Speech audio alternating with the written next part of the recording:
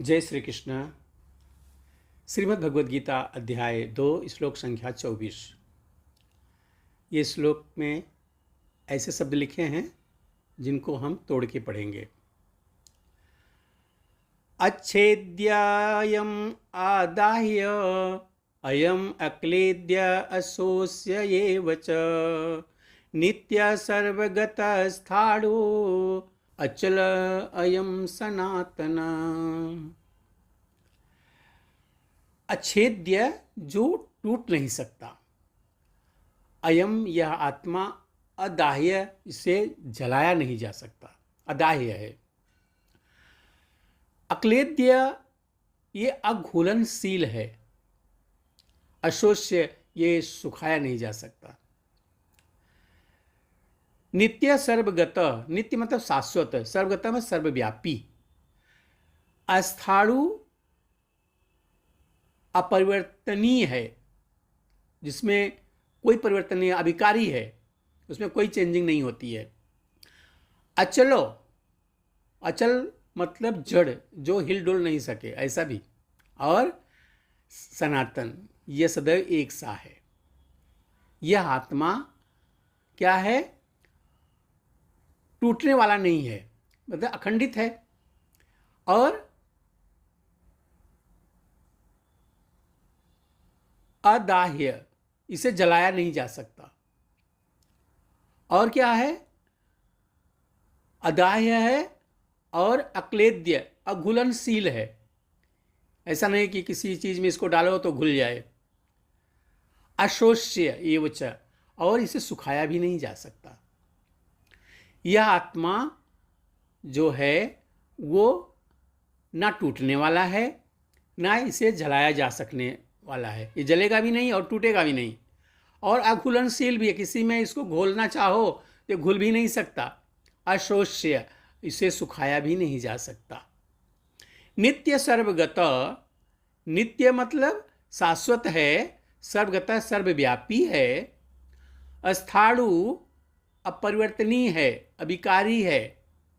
अचल जड़ है। यह सनातन, सनातन सदैव एक सा रहने वाला है। क्या अर्थ बना? यह आत्मा अखंडित अघुलनशील है, इसे ना तो जलाया जा सकता है ना सुखाया जा सकता है। पर शाश्वत, यह जो आत्मा है यह शाश्वत, सर्वव्यापी, अभिकारी, स्थिर, सदैव एक सा रहने वाला है। यह आत्मा अखंडित तथा अघुलनशील है। अघुलनशील, अक्लेद्य, अघुलनशील है। और इसे ना अदाह्य, अदाह्य है, इसे जलाया नहीं जा सकता। और क्या नहीं हो सकता? अशोष्य है, इसे सुखाया भी नहीं जा सकता। यह शाश्वत है, नित्य सर्वगत स्थाणुर चलो अयम सनातन। यह अपरिवर्तनीय है और अविकारी, अविवर्तनीय, अविकारी है। अचल है, जड़ है। यह आत्मा सदैव एक सा रहने वाला है। अब इसका तात्पर्य यह हुआ कि अणु आत्मा के इतने सारे गुण यही सिद्ध करते हैं कि आत्मा पूर्ण आत्मा का अणु अंश है और बिना किसी परिवर्तन के निरंतर उसी तरह बना रहता है। इस प्रसंग में अद्वैतवाद को व्यवहृत करना कठिन है, क्योंकि अणु आत्मा कभी भी परम आत्मा के साथ मिलकर एक नहीं हो सकता।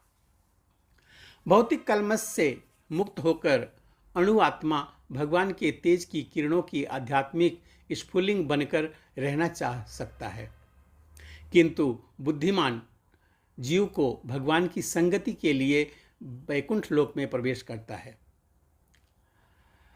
सर्वगत शब्द महत्वपूर्ण है, क्योंकि इसमें कोई संशय नहीं है कि जीव भगवान की समग्र सृष्टि में फैले हुए हैं।